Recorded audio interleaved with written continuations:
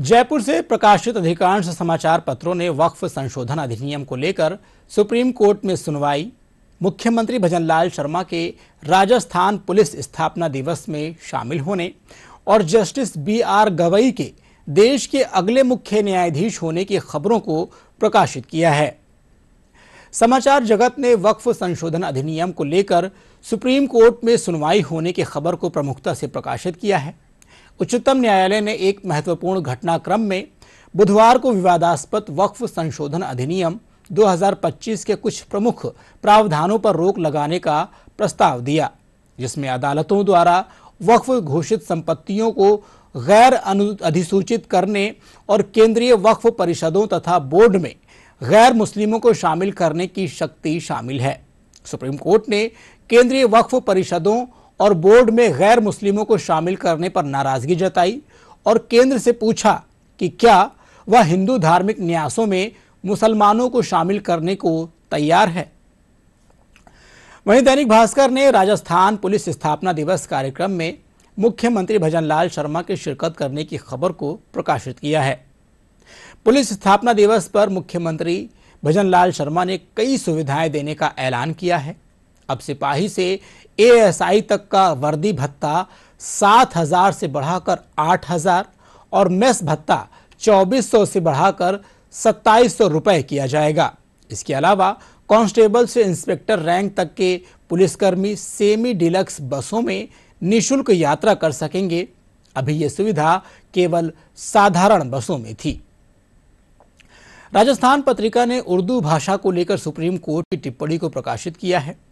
Supreme court ने महाराष्ट्र में उर्दू के साइन बोर्ड को लेकर अहम फैसले में कहा कि भाषा एक संस्कृति है, इसे लोगों को बांटने की वजह नहीं बनाना चाहिए। उर्दू विदेशी भाषा नहीं है, ये भारत में ही पैदा हुई और यहीं फली फूली। ये हमारी गंगा जमुनी या हिंदुस्तानी तहजीब का शानदार नमूना है।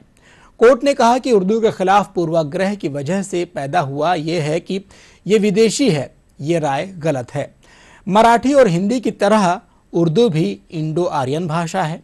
उर्दू भारत में अलग अलग संस्कृति से जुड़े लोगों की जरूरत के कारण विकसित हुई। वहीं दैनिक नवज्योति ने देश के अगले मुख्य न्यायाधीश जस्टिस बी.आर. गवई के होने की खबर को प्रकाशित किया है।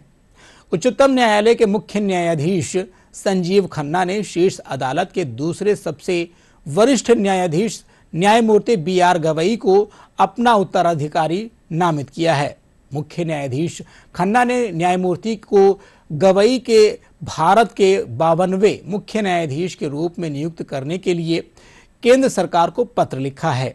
अगर मंजूरी मिली तो न्यायमूर्ति गवई 14 मई 2025 को मुख्य न्यायाधीश के रूप में शपथ लेने के बाद अपनी सेवानिवृत्ति 23 नवंबर 2025 तक इस पद पर रह सकते हैं। पंजाब केसरी ने सवाई माधोपुर में टाइगर के हमले में एक 7 वर्षीय बच्चे की मौत की खबर को प्रकाशित किया है। रणथंभौर नेशनल पार्क के रणथंभौर दुर्ग स्थित त्रिनेत्र गणेश मंदिर में दर्शन कर लौट रहे 7 वर्षीय बालक को टाइगर ने हमला कर मार डाला। घटना की जानकारी मिलते ही वन विभाग तथा प्रशासनिक अमला मौके के लिए दौड़ पड़ा और मंदिर जाने वाले मुख्य मार्ग को बंद कर दिया। लेकिन घटना से सवाई माधोपुर में आक्रोश फैल गया। तो ये थी अखबारों की सुर्खियां जो अखबारों के माध्यम से हमने आप तक पहुंचाई। और आइए अब आगे बढ़ते हैं अगले सेगमेंट की ओर।